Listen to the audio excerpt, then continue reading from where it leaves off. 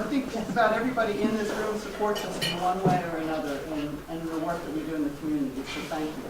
That's a very important thing to what we do. And I also thought, you know, I was trying to figure out how to get started on this, so we're going to do a little game plan too. This is today, and everybody needs chocolate. We're women. We think everybody needs chocolate. Bring flowers for ladies, but we brought chocolate. But I just wanted to echo the words of the Father in our prayer this morning, or this afternoon, about making a difference. And that is really what we feel our agency is all about, is making a difference in the lives of the people that we take care of every day. So I just want to chime in too. I do have the chocolate. The purpose for this is we really want to make this a conversation with you. So I'll be, you know, much like you're doing here, a lot of fun. I like your meeting stuff.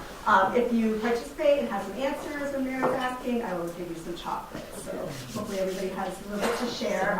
I always say I've been with Franklin County Home Health for going on 21 years in different capacities. She was born there.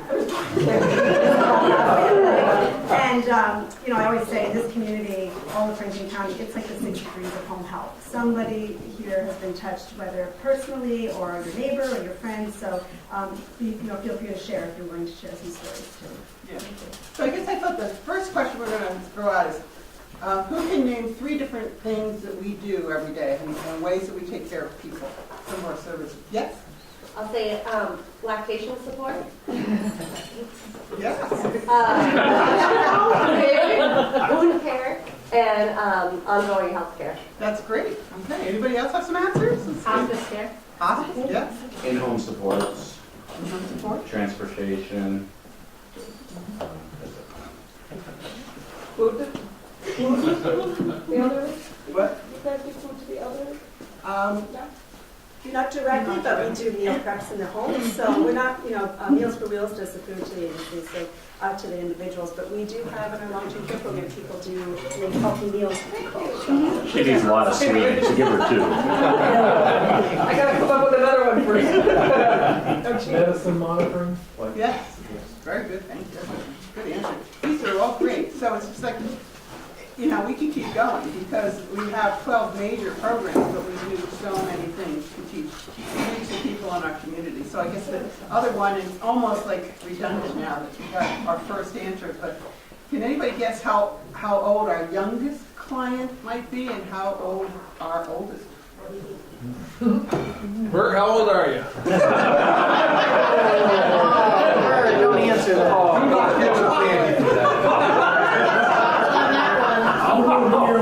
I have a feeling next week they'll be over just for Tom. I'm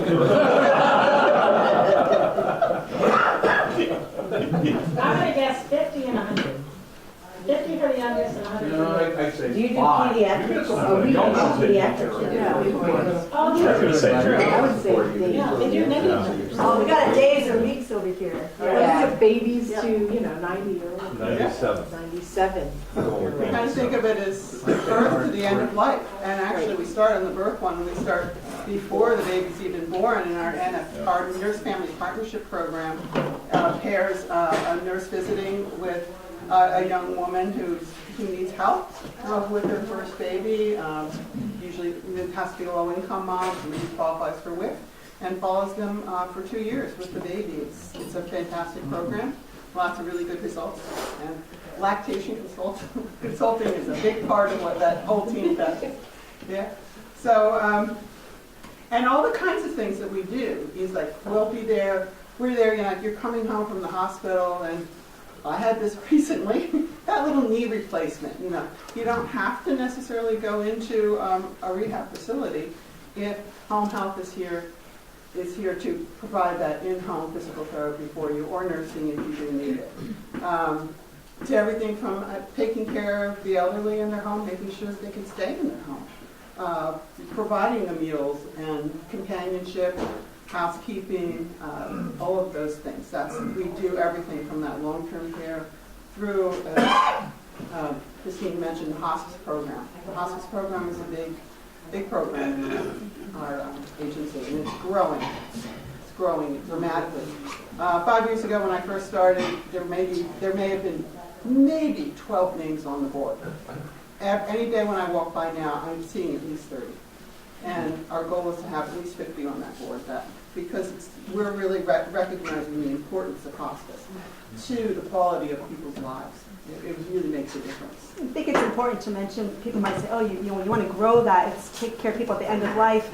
Why do you want to see the numbers be so big? But a major part of that is getting on hospice earlier than they have in the past. So we want our hospice census to be large. We want to be taking care of people for as long as we can, giving them that special compassionate care at end of life when they need it the most. Yeah.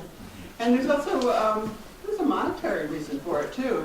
This came out in doing some of our discussions about having an advance directive, and Medicare was scratching their heads and saying, why does this one city have such a low utilization and cost at the end of life?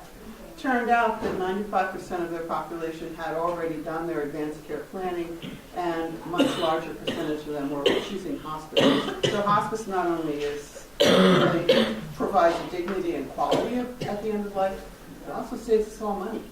You want to think of it from that numbers and cents. So we've got several different picture frames around just to give you an idea of the range of the types of things. For instance, we have one of our hospice clients when social worker said, oh, what's on your bucket list? And he wanted to Who's a NASCAR fan? NASCAR, somebody Junior. Gail Earnhardt Jr. Gail Earnhardt Jr. And so they made it happen. So that was, that is also part of the hospice. You see hospice about living. It's not about dying, it's about living. We make it possible for a family to take care of a loved one at home and not have to be there 24/7 so that they can continue their jobs and have quality of life. We also have, somebody mentioned monitoring and things like that. Well, this is a nice statistic here. We have a device called a telemonitor that it'll help take your blood pressure and your weight and blood pressure, weight, and oxygen, a couple other things, remotely, and it just dials up a nurse who looks at it. So that's a way to keep you from going into a crisis. And it saves, out of the people that are on telemonitoring, only 3.5% of them end up going back into the hospital, which is a huge savings, again, for the whole system. Another one is the cost effectiveness of home care. Where's Jeff? Sorry, Jeff. But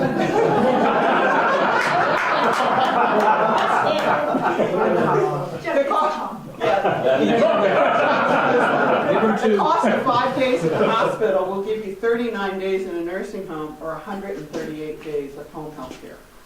So it is. One too.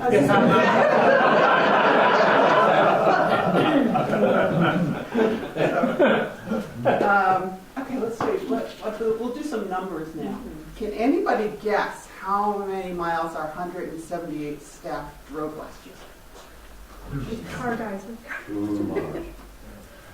To give you a hint, they made 73,000 visits to almost 2,000 people. 400,000. Oh, that's close. Give them a shot. It's close. 450. That's right. $1. Closer. 475.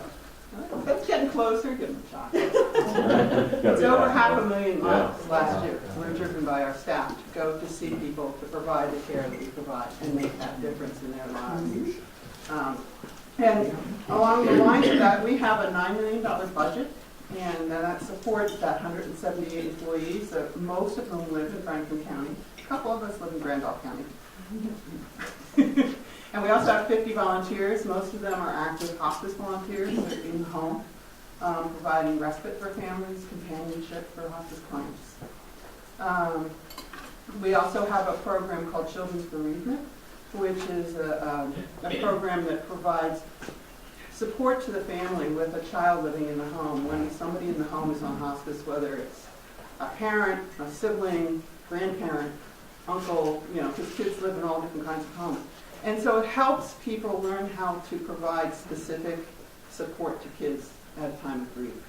And we have a seminar that will be coming up in May, so we'll keep you in touch for that if you're interested in learning more about that.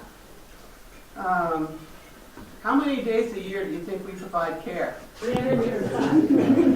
Including Sunday and Monday. We had people out there on the road making visits.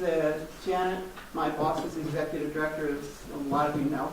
And a team met Sunday and made a plan, like how do we make sure that we get to see all the people, who are the people that we have to see. We have a list, we know who our people are and who are the people that can maybe go without that day without getting that back, but this guy over here needs his wound taken care of. So we do that kind of thing. 365 days a year, even Christmas Day, somebody's out there working. It's fantastic. And it's dedicated people.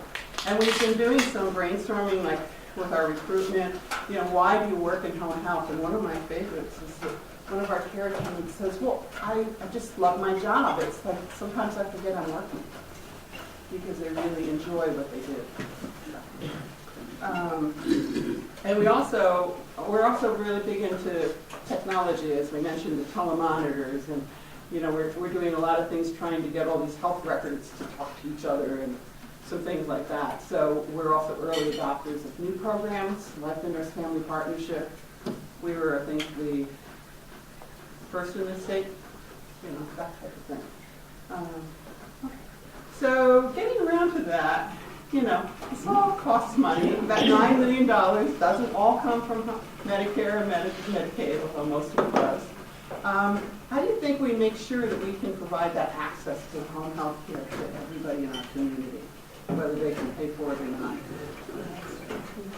That's one thing. Grants are one thing. For grants, we're doing a lot of work on grants. We have fundraising, yeah. We do grants for technology. We're trying to secure our office right now because we've had some incidences in our parking lot. And, it's that age. We do a lot of fundraising, different types of things. Christine mentioned. Yeah, Christine mentioned you've got some cowboy boots. I do, cowgirl. Cowgirl boots. I'm sorry. Our upcoming Blue Jay Ball this year has got a theme of country western, so you can use those boots. Come on October 21st. We also have appeals. And what's something that maybe is coming up on March 7th this year? Town meeting. Town meeting. Yeah, town budget. Yeah. So can anybody, do you think there's a town in Franklin County that doesn't support our work? No? Every single town, including the city, now support our work. And it's a significant part of the funds that we raise each year to make sure that we can provide that care to everybody.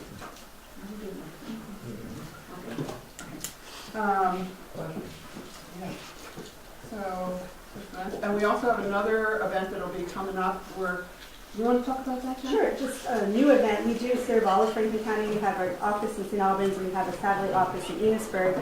We really want to engage our Enosburg community, so we're having a joint fundraiser with the Opera House, which we're excited about, to bring Rusty Deweese to have a night of fun. So laughter is the best medicine, we're billing it as. And so if you're interested in that, that would be happening in May. We'll have information about that. Of course, you can find out about all of the stuff we do on Facebook, on our website. I want to make sure to put a plug in for that because as these events come up, it's the best place to see them. Or catch me on Channel 15. I do a little show there to talk about our programs and services and remind folks of what's coming up too. Okay. And is a question? Yeah, I saw a presentation by Dr. Joan Bumstead, and you joked about how much money you saved and looked at Jeff, but he was talking about the collaboration between the hospital and the home health care. And my understanding, can you give an idea of where Vermont stands in terms of utilization? I think that we have more to do, but my understanding was we were doing fairly well in terms of that collaboration, help drive down costs. We're working on it. I don't have specific numbers to answer that directly, but we can get information back to you. But I know from the more granular level, we have people in the hospital at Northwestern every day. Who's being discharged, who needs care. So that one-on-one, making sure we know we have the supports ready for them when they're going home from the hospital. So. Should we know anything more either from you or Jeff about that ourselves? Well, I could add that one of our goals as an institution has been to drive down the length of stay. And home health has been critical to that, as well as coordination with the local nursing homes. And we've actually reduced, I don't know the exact number, but we've gotten it below 3 for the average length of stay, which is huge for us. We struggled with that for a long time. And through care management, we've been able to do that. There's also payment reform that's happening in home health, and Northwestern Counseling and other providers in the community are looking at this. Instead of fee for service for Medicaid right now, we're in the middle of a pilot where they'll provide us with a sum of money, and we have to take care of that population, about 30,000 individuals, by working together to address their needs. And in the end, if we can do that with quality in mind, and we have money left over, we get to share in that. And if it costs us more to do that, we're going to have to just eat it and make that work. And the real key is quality. And I think that might be one of the things that Dr. Brumsfeld was talking about as well. I think they're part of the pilot. Yeah, and I think another really key thing that we are working very hard on and working with the hospitals on is that reduction of going back. As I mentioned with the telemonitoring, it's not just telemonitoring, it's all the work we do. We want to try to keep somebody from going to the emergency department. So we can catch something before you're in a crisis. We've got these stoplight program that we use with people with chronic conditions. So that they don't end up in that emergency room and costing the whole system money that needs to be spent when we take care of them. One thing that I'll add on a personal level, many of you know I was the director of United Way for almost a decade. And one of my favorite organizations was Home Health because of the impact that they were able to demonstrate, their innovation. The telemonitoring that they're talking about is something they've actually had for a long time. And they were one of the first to actually get that in the state, I believe. This is an organization that's just really making a tremendous difference in the community. I can speak personally too. My dad had cancer, and one of the things that I'll always remember him saying is the home health nurse was coming to check on him on a regular basis, and he had to have blood tests done. And they said, you don't have to go to the hospital and do that. We'll do that for you. And that might seem like a minor thing, but when my dad said I don't have to worry about that, and I could just see the relief, just one more thing where he didn't have to leave the house, it really made an impact for him. Yeah, that's when we talk about quality of life. That's great. Any other questions? I was just going to echo off what Jeff said. When I was pregnant with my daughter, well, both because we had Blue Cross Blue Shield, they actually provided for care when I came home from the hospital, help with the baby and everything else. We had 3 deaths in the family in a close period of time. They all passed away at home. And so they were on hospice, and my father-in-law had an extensive wound care, so the people get to know the nurses and all the attendants and such by name and really feel they're essential to the family. And with my father-in-law, we got hospice started early, and that's a huge thing, because people want to pass away at home if they have their choice. They want to have their family and friends around them, and home health allows that for that to happen. So it's a great program. That's just thank you for sharing your personal stories, Jeff and Christine. A nice segue to I'm not sure that every chair got one, but there's Taking Steps brochures on your table. Mary, you want to talk about Taking Steps really quick? Okay, well, we have a question for you. I'm just going to add to what Jeff and what Christine said. The same issue with my in-laws that lived in the backwoods of Montgomery. I think home health, as important as the medical and all the telemedicine that happened there, is the social companionship. Their nurse was Sue, and she was an extension of their family and made us, who live a long way away from that, very pleased with the relationship that was maintained there. Yeah, thank you. And Yeah, I just want to say one thing, and this is the relationship to my mother who died 4 years ago.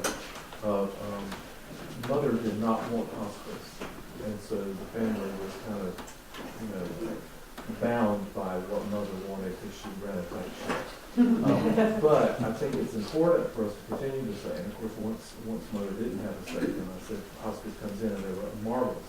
But we continue to say that hospice isn't just an organization for people who are dying tomorrow. That it's a caring group of people who can come in very early and help make transitions and all, and even healings possible if folks will let them. And I think it's important for people to communicate that regularly so that it doesn't seem like, oh, they're dying tomorrow, hospice is just at the end. yeah, thank you. And that's a good segue to what Jen wanted me to talk about briefly, the taking steps for sure is at your table. This is also related to another program you may know of. It is Start the Conversation. And this is a program that we run, and the last couple of years we've done this healthy competition with our other healthcare providers, and we've got to get that started again. But it's important that for everybody to name somebody who can speak for you when you can, so that your wishes are known. Maybe they don't know whether you want to go on hospice, or they don't know that you absolutely don't want anything done like a feeding tube or anything. So having an advance directive, no matter how old you are, is an important thing. It's important for anybody who's over the age of 18. Because at 18, they're adults, whether we think they are or not. So if you have any questions about this, just contact me. I've got all the forms, and I can help you fill them out. So, anything else? I don't want to overstep our time. I just want to thank everybody, so everybody's getting chocolate. Yeah. Thank you for the work you do, too. Yeah. And thank you also for supporting us, as I mentioned at the beginning. I'm looking around the room and I see individuals who've supported us by making gifts to our appeals and coming to our events, and businesses who supported us. Thank you, Annette. As sponsors of our events, like the Blue Jean Ball. And I think she's not the only one who is a sponsor in this room, so if I didn't mention you, I can't read every name. And Jeff's aunt for about 500 years or so, Jeff?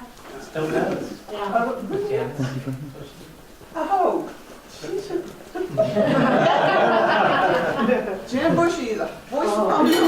She was always the one who answered. I sit in the lab, so. She answers the phone Mondays and Tuesdays religiously. And it's good for her as well. Yeah, she's got to be close We're to not 80. going there.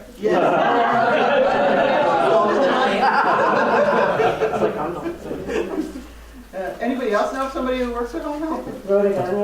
Yeah, Rhoda retired. Yeah. Dale Wall, Betty Maloney. Yeah. I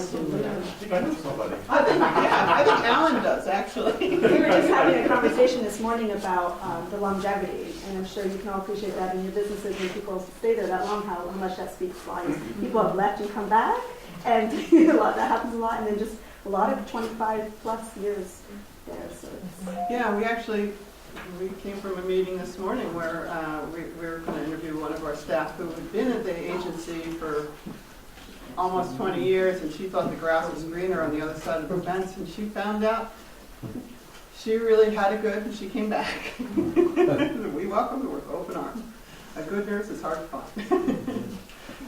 So also we are hiring. We are hiring for nurses, for physical therapists, occupational therapists, and especially for care attendants and care attendants for people that are there to provide companionship, help with housekeeping, meals. So if you know somebody, it's a perfect sort of retirement job for somebody who may be used to taking care of someone anyway, and they can pick up some extra money and take care of people professionally.